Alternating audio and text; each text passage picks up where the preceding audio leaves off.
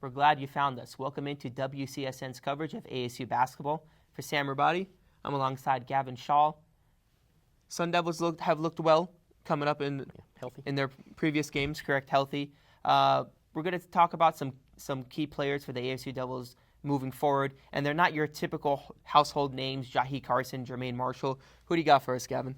Yeah, well, one guy's been looking really good of late is Bo Barnes, the guard, transferred from Hawaii 2 seasons ago, was absolutely lighting up in practice back then, and then he really didn't play too much this year, scored 30 points in the maroon and gold game. I personally thought he was going to be a huge part of the rotation, but over the first 20 games of the season, played no more than 7 minutes in any of them, and now he's back with a vengeance, making 9 of his last 17 three-pointers over the last 5 games, and he's just been really effective, hustling, scrambling for loose balls. Sam, I'm under the impression that you have 2 more guys who have been really good for the Sun Devils of late. Right, Bo Barnes, #Momentum, but for me, it's Eric Jacobson and Jonathan Gilling. Jonathan Gilling was taken out of the starting lineup. Eric Jacobson was put into the starting lineup.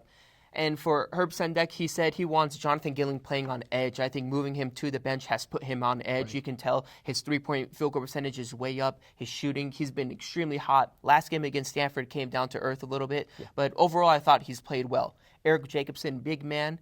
He's really helped solidify down low alongside Jordan Baczynski. He's really helped out Jordan Baczynski. Jordan Baczynski loves him. Yeah.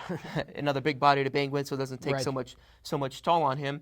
But for Eric Jacobson, I think that was a move where it forced him into the starting lineup and it gave him confidence. The coaching staff is saying, hey, we have confidence in you. And I think these 3 guys are going to be key because in their game coming up against Oregon State, they're going to have to play well in order to beat the Beavers.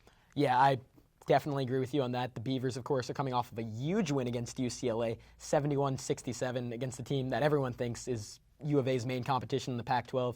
One key to stopping Oregon State is stopping the Pac-12's leading scorer, Roberto Nelson. Guy averages 22 points per game, really effective at getting to the free throw line. And what ASU has to do is make him work for his points. He gets to the rim better than perhaps any player in the Pac-12. And by keeping him away, forcing him to take tough shots, and letting other Beaver players beat you, they're going to be able to lock down the Beavers by doing that.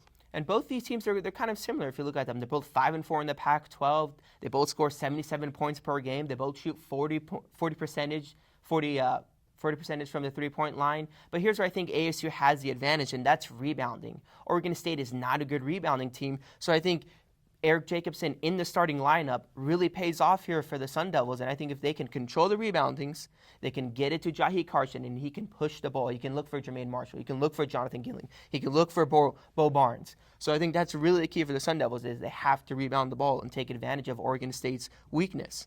Yeah, I agree with that completely. Playing with that pace is so key because Oregon State really lacks depth. They only had 6 guys who played more than 5 minutes in the win over UCLA.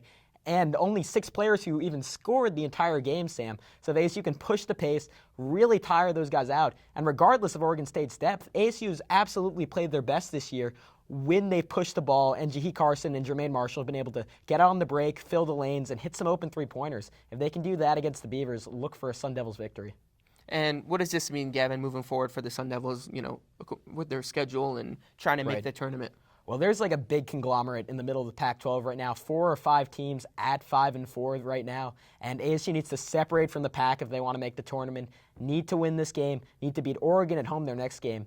Because as you're going to tell us, they have arguably the toughest remaining schedule in the entire country. And 4 of the next 6 are on the road. So they really need to win these next 2. Not arguably. They do have the toughest remaining schedule in the country. We'll see if the Sun Devils can pull it off here. They need to get hot. Thank you for tuning in to WCSN's coverage of ASU basketball. For Sam Rabadi, that's Gavin Schall.